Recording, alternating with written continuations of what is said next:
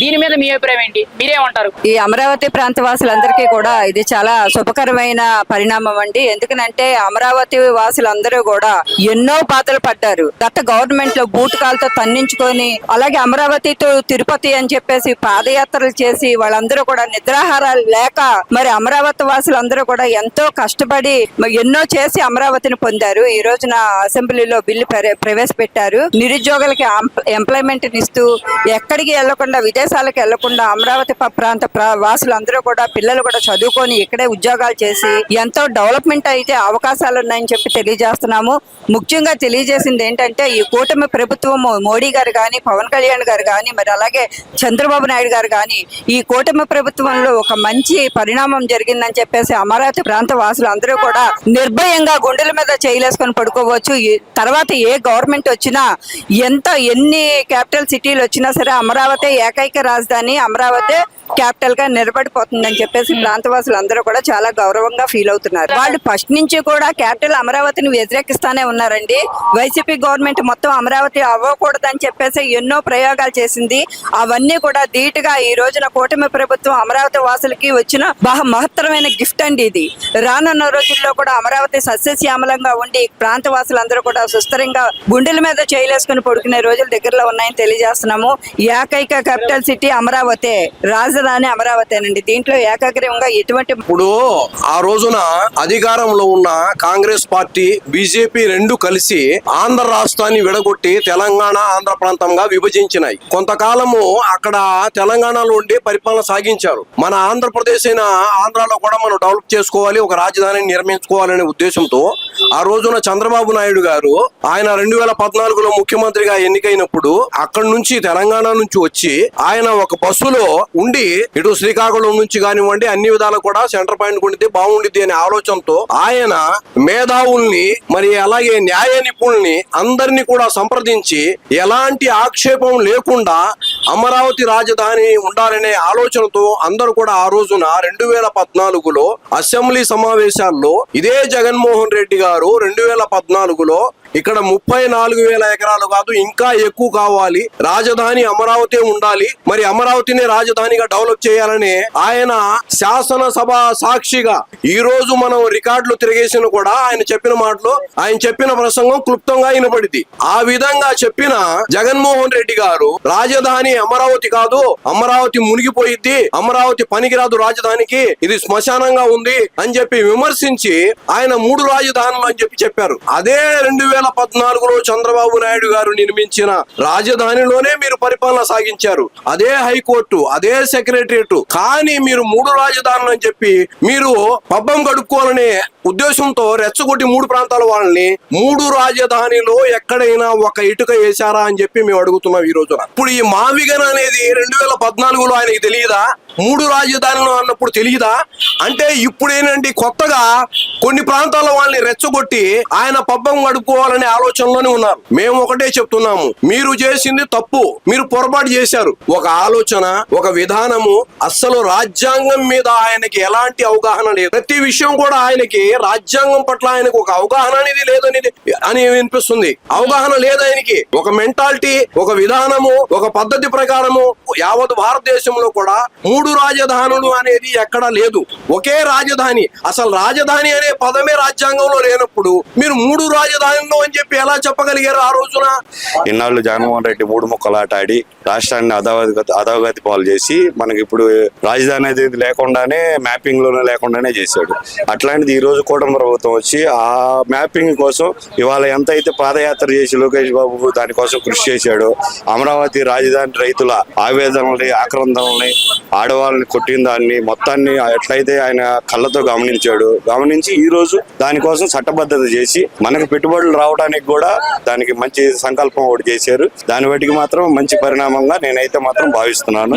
దాని బట్టికి జగన్మోహన్ రెడ్డి ఈ రోజు దానికి కూడా హాజరు కాపోయాడు అంటే దానికి ఏంటంటే అతనికి రాజధాని అమరావతిలోనే ఉండాలి అని చెప్పేసి అతనికి ఎటువంటి ఇది లేదు. దాని గురించి అసలు రాజధాని అమరావతిగా ఉండాలి, అంతమంది రైతులు 1000 ఎకరాల పొలాలు పొలాలు ఇచ్చాడంటే, భూమి ఇచ్చాడంటే ఆ భూమికి ఆ వాల్యూ లేకోకుండా, ఆ రైతులకు వాల్యూ లేకోకుండా ఆ రోజు 5 సంవత్సరాల గవర్నమెంట్ వాళ్ళు పాదయాత్రలో కానీ, వాళ్ళు దుర్గగుడికి వెళ్ళేటప్పుడు కానీ వాళ్ళని ఎంత ఇబ్బంది పెట్టాడు, ఎంత ఈ హింసలు పెట్టాడు అనేది ప్రజలందరికీ తెలుసు. కాబట్టి దాన్ని ఈ రోజు చట్టబద్ధత చేయడం అనేది మాత్రం న్యాయపరంగా అందరూ హర్షించే విషయం అని నేను భావిస్తున్నాను. మన రాజధానికి పెట్టుబడులు రావాలన్నా కానీ ఈ రోజు అన్ని కంపెనీలు వచ్చినాయి, అన్ని వచ్చినాయి, ఎక్కడి నుంచి వచ్చినాయి అనేది మాత్రం ఒకసారి ఆలోచించుకోవాల్సిన విషయమే. ఇప్పుడు కూడా మనం 3 రాజధానులు అన్న విషయం మీద అయినా కానీ ఇవాళ అటు పక్క చూసుకుంటే విశాఖను కానీ, ఇటు పక్క చూసుకుంటే గుంటూరు, విజయవాడనే కానీ, అటు పక్క పోతే అనంతపూర్, కర్నూలు, కడప, చిత్తూరు ఆ ఏరియాలను కానీ అన్నింటినీ సమన్వయంగానే మన కూటమి ప్రభుత్వం అనేది.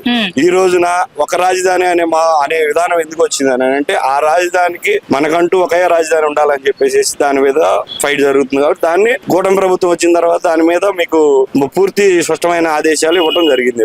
రాజధాని మనకు లేదు. చంద్రబాబు నాయుడు గారు ఆ రోజుల్లో మన మోడీ గారు అమరావతి వచ్చి శంకుస్థాపన చేసి చాలా ఎమ్మెల్యేలు, ముఖ్యమంత్రులు, ఎంపీలు, ఎమ్మెల్యే అందరూ అక్కడికి వచ్చి శంకుస్థాపన చేశారు, మట్టి కూడా తీసుకెళ్లారు.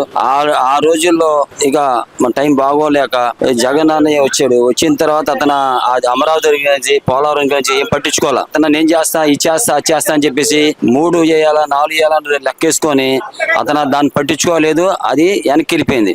అయితే మన కూటమి పార్టీ గెలిచిన తర్వాత అమరావతి, పోలవరం పని చాలా జోరుగా జరుగుతున్నాయి. ఇక పని గురించి ఆలోచించలేదు. డెవలప్ చెయ్యాలా అంటే మన ముఖ్యమంత్రి చంద్రబాబు నాయుడు గారు అతని వల్ల అయితే ఇక జగన్ వల్ల అవదు. ఎందుకంటే అతను నిమిషానికి మాట్లాడుతున్నారు, ఏం మాట్లాడితే ఎవరికి అర్థం కావట్లా.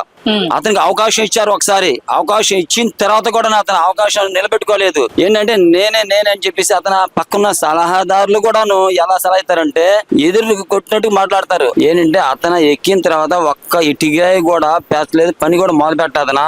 అతను ఏంటంటే మంచి పని చేసేవాడికి ఎవడెవడ పొల్లెట్టినట్టు అతను వచ్చి మధ్యలో వచ్చి అతను ఏదేదో చెప్తున్నాడు అతను. ఎందుకంటే అది ఏం చేయాలి అర్థం కావట్లా. ఆల్రెడీ ఏంటంటే అన్ని సీట్లు గెలిచి కూడా అంత మెజార్టీ వచ్చి కూడా మళ్ళీ తక్కువ సీట్లు అతను జారిపోయాడు. ప్రజలు చూస్తున్నారు అందరూ. ఎందుకంటే అతను ఏం చేశాడు, ఎలా చేశాడు అందరూ తెలుసు. అయితే మళ్ళీ మన చంద్రబాబు నాయుడు 4వ సారి ముఖ్యమంత్రి అయ్యారు అంటే ప్రజలందరూ మంచి బలం ఇచ్చారు, కూటమి పార్టీ బలం ఇచ్చారు. అతను ఆలోచన పని అవుతుంది. డెవలప్ చేయాలా అంటే చంద్రబాబు నాయుడు గారు చేస్తారు, చూపిస్తారు పనితనం.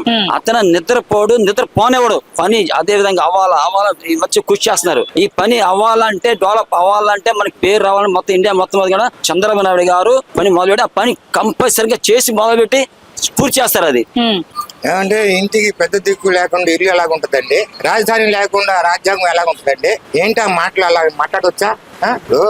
రాజధాని అనేది కంపల్సరీ ఉండాలి. దాన్ని అటు ఇటు డివైడ్ చేయకూడదు. ఒకళ్ళు చేసినప్పుడు దాన్ని మనం కూడా సహకరించాలి. అంతేగాని ఈ పిచ్చి మాటలు, పిచ్చి పనులు చేయకూడదు. ఏదన్నా మానసికంగా ఇబ్బంది ఉంటే డాక్టర్ని చూపించుకోమనండి. కానీ ఇలాంటి వ్యాఖ్యలు చేయవద్దని నేను మనవి చేసుకుంటాను. ఏమండి అక్కడ ఉన్న ప్రజలకి ఈయన రెచ్చగొట్టడం తప్ప వేరేది ఏం లేదు. ఇప్పుడు ఇక్కడ రాజధాని పెట్టారు, అందరికి సెంటర్ ప్లేస్ లో ఉంది, అందరికి అవకాశంగా ఉంది. కానీ ఈ మళ్ళీ కొత్త వ్యాఖ్యలు ఇవన్నీ ఏంటంటే ఏమన్నా పిచ్చాలి ఏంటో నాకు అర్థం కావట్లేదు. ఏమండి అమరావతిలో వేస్తులు ఉన్నారు, ఇక్కడ ఉన్నారు, అక్కడ ఉన్నారు, ఇవన్నీ పిచ్చి మాటలండి. ఇప్పుడు అమరావతి అనేది అందరికి సెంటర్ అయిన ప్లేస్, అందరూ వస్తానికి అవకాశం ఉన్న ప్లేస్ కాబట్టి ఆ రోజు ఆయన అది చేశారు.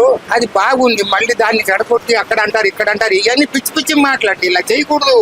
ఒక నాయకుడు అయ్యి ఇలా చేయకూడదు. మనం సపోర్ట్ చేసి ఆ బాగుందని మనం ఏదన్నా సలహా ఇవ్వాలి తప్ప ఇలాంటి పనులు చేయకూడదు. ఆయనకి ఏదో మైండ్ పనిచేయట్లేదేమో నాకు అనుమానం. రాజకీయంగా ఒక వైపును ఆయన మానసికంగా కూడా పరిస్థితి బాగలేదు. ఒకసారి వైజాగ్ హాస్పిటల్లో చూపించుకుంటే మంచిదేమో అని నేను అనుకుంటున్నా. ఏమండి చంద్రబాబు గారు అవ్వచ్చు, ఎవరన్నా అవ్వచ్చు, ఒక కూటమి ప్రభుత్వం కలిపి ఒకటి పెట్టిన తర్వాత మళ్ళీ దాన్ని మార్చడం, మళ్ళీ ఇక్కడ నుంచి తీసి అక్కడ పెట్టడం, ఇవన్నీ ఏంటండి? ఇవన్నీ పిచ్చి పనులు కదా. ఎక్కడైతే ఏమైంది రాజధానము మనకి దగ్గర కదా, ఇది అన్నిటికీ సెంటరు, అన్ని విధాలుగా ఆలోచించే కదా ఇక్కడ నిర్ణయం తీసుకున్నారు. మళ్ళీ ఇవన్నీ ఎందుకో పిచ్చి మాటలు, పిచ్చి పనులు చేయటం అది పద్ధతి కాదు. 3 రాజధానులు ఏంటంటే అసలు ఒక రాజధాని అన్నారు, పద్ధతిగా ఉంటుంది, బాగుంటుంది, నలుగురికి రావడానికి సెంటర్ గా ఉంది. ఇది అన్ని విధాలుగా రోడ్లు కూడా వేశారు, ఇంకా డెవలప్ చేస్తారు. మేము కూడా ఇక్కడ విజయవాడలో మనం రాజధానిలో ఉంటున్నామని గర్వంగా